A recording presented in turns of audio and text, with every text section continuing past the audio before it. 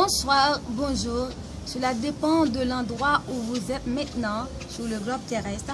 Au micro de présentation, Béatrice Villeneuve-François, assistante générale du service de la communication et de la relation publique du Covid. Vous allez suivre les infos sur deux volets, mais toujours en vrague nationale et internationale. Le président américain Donald Trump sera placé en quarantaine. Joe Biden se prononce sur le dossier d'Haïti et tacle Donald Trump. Joe Biden se dit préoccupé profondément par la crise qui sévit dans le pays depuis des jours. Il a rappelé qu'investir dans la sécurité et la prospérité d'Haïti est l'une des priorités de la sécurité nationale des États-Unis. L'aspirant candidat démocrate Joe Biden estime que l'administration de Donald Trump capitule la population haïtienne et paraît insensible à la crise politique qui tétanise le pays. En effet, des civils armés de Bel-Air rendent à barbecue la monnaie de sa pièce.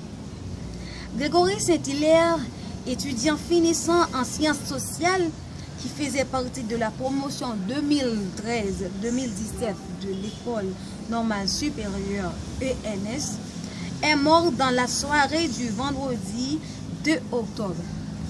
Il est décédé après avoir atteint d'une balle au dos par des policiers nationaux USGPN. Incendie à l'École normale supérieure de Port-au-Prince. Toujours avec les nouvelles en vrac. Joe Biden testé négatif et appelle à porter un masque.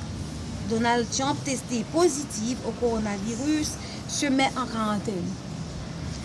Un consul haïtien aux Bahamas apparaît dans une vidéo où il est pleine séance de masturbation.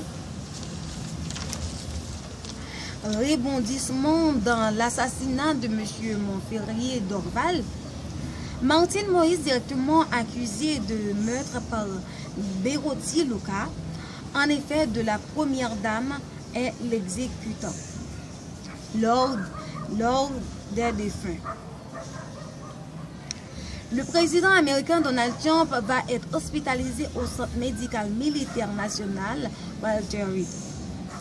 Le Marine était venu chercher le président en fin d'après-midi de ce vendredi. Sur recommandation de son médecin et des experts médicaux, Donald Trump sera transporté à bord d'un avion pour se faire hospitaliser au centre médical militaire de Walter Reed, a indiqué la Maison-Blanche. On assiste presque au quotidien à la guerre des gangs. Il possède de véritables arsenaux et des armes automatiques. Les premières victimes de cette guérilla sont les habitants des quartiers défavorisés qui tombent sur les balles perdues. Les gens meurent de faim en Haïti. Le département d'État des USA s'en font pas mal. Il y a eu massacre à La Saline. Le gouvernement américain s'en fiche. La Cour des comptes publie un rapport qui fait état de la dilapidation des fonds pétro-caribés. Le département d'État s'en branle. Des groupes de bandits prennent le pays en otage.